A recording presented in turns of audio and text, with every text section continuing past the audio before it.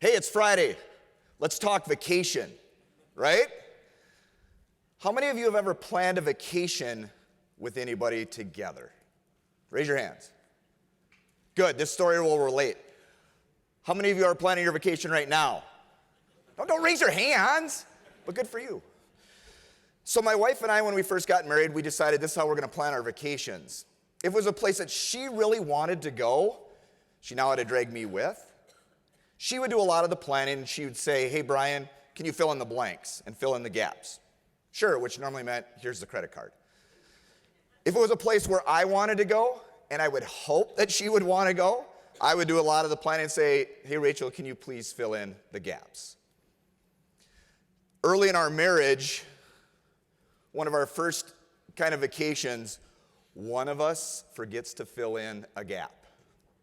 So we wake up that morning. I hear from my wife, so what are we going to do today, honey? So me being me, I'm like, let's make the best of it. Let's head out. So as we're leaving the hotel, I wasn't quite sure how mad Rachel was as she's walking about 20 feet ahead of me. I think it might have been anger. It might have been she's leaving me. Wasn't sure. But I'm actually walking by in that hotel. You know, they have all those pamphlets of the attractions. So I'm grabbing all of them that I can on the way out the door, and I'm looking at them. And we step outside, and we're obviously in a tourist hotel because there's cabs lined up galore. Before the days of Uber, by the way. There's like 30 cabs sitting there. Rachel's standing there. I'm looking at the pamphlets, and I look up. One cab has the taxi driver standing outside of it. He's actually checking the tires, probably checking the pressure. He's actually looking at the fenders, looking around his cab, making sure everything works. I go to Rachel, I'm like, hey, let's grab a cab. Let's go to this guy. As we walk up to the cab, we're like 20 feet away from it. He's like, hey, welcome to this beautiful day. Welcome to this beautiful city. How can I help you? My first thought, this dude doesn't even know we need a ride. Rachel's probably thinking, my day just got worse. So I say, we need a ride. He's like, I'm lucky I found you. He said, hi, my name's Themus. He said, welcome to this city. Where do you want to go? And we said, well, we don't quite know. But we hop in. He opens the door for us, shakes our hands, and we're sitting. Because of how we're sitting, I'm sitting behind him. He can see me in the rearview mirror. Rachel's kind of to his angle. He kind of looks back to her because of the angle and says, where am I taking this fine couple today? Rachel's like, don't know. Ask him. I'm going through these pamphlets real quick, and I'm like, you know, Themus, I dropped the ball today. We actually don't have a plan. We want to see something in this city, but we don't know what. At that time, he flipped the tides on us. He started asking us questions.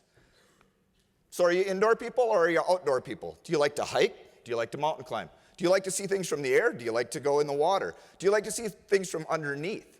Do you like to be in buildings, outside of buildings? Do you like to look at art? Do you like long tours, short tours? Out of all these questions, we actually answer all of them. And he's like, you know what? I think about these 3 to 5 things will work really good for you. Take your pick. So we pick one and away we go.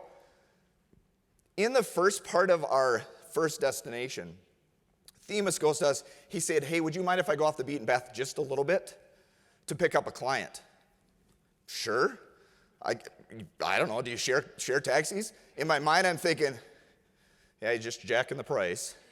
And I'm sure Rachel's thinking, this is going to be the most expensive day of the vacation.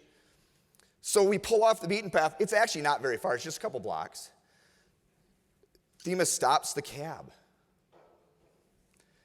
The house that we're in front of is, to be honest with you, it's kind of shady looking, pretty run down. Themus gets out of the cab.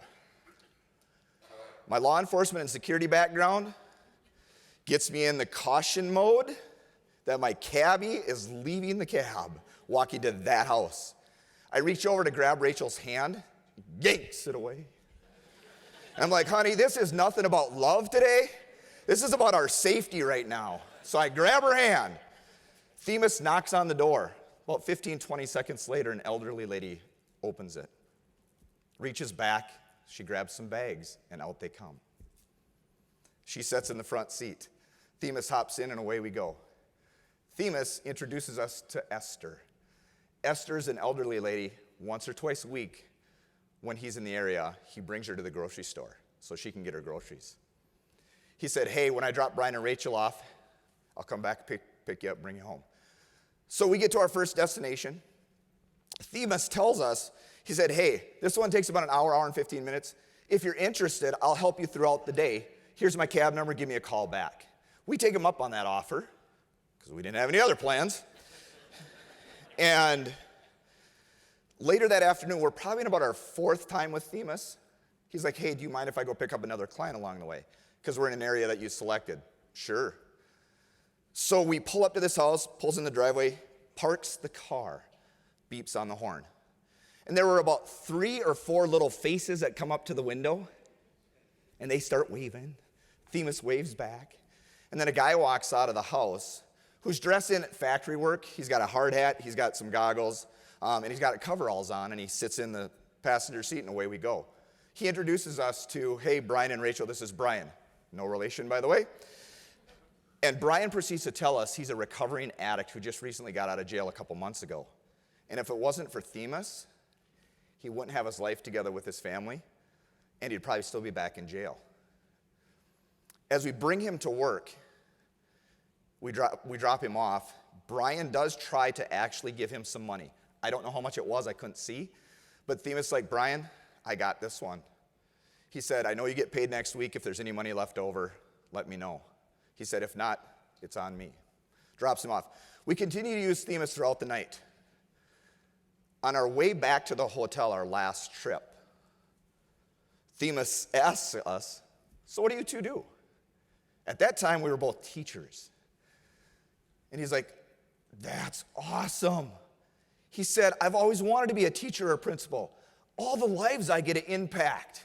That would be so cool. You know, I often reflect on that day and think about the service that Themus gave us that day and the people that we met that day. His job is like many of ours. It's about serving people. And he knew that. He knew it from his heart. He knew that just like us in our building, you have to go out and meet people where they're at, even if they don't know where they're going to go.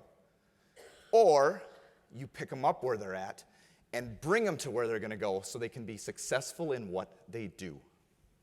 He also knew checking that cab, making sure everything was firing on all cylinders, is just like us. Think about your programs. Think about the things you have in your school right now, that are they working at full capacity for the success of all? He also knew what it meant when somebody really didn't know where they were going. You ask them questions. Sometimes they're the hard ones. Sometimes you don't know what you're going to get for an answer, but when you ask your staff and your students, where do you want to go? We're hoping we can provide a trail and an answer to get you there. And then the last one, you know, when you're thinking about paying the toll for people. Themus paid the toll for a couple of people that I met that day when they couldn't. And sometimes as principals and leaders, we have to pay that toll when they can't. But it helps them to be successful. They just don't know it yet. So reflecting back on that day and being here in front of all of you, I kind of look at that and Themus got it. So I really challenge you and I encourage you, starting next week, next month, even next year and the years beyond, challenge yourself to serve like Themus.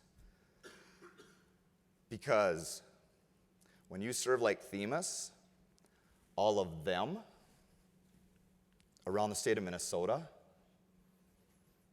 are successful in their hopes and dreams with your leadership. And all of us who are in this room get to strengthen our hearts in what it is being a servant leader. I hope you've had the opportunity to get to know Themus and how he's impacted our trip as one of our top 3 vacation days Hopefully he's impacted yours. Have a great rest of your year, everybody.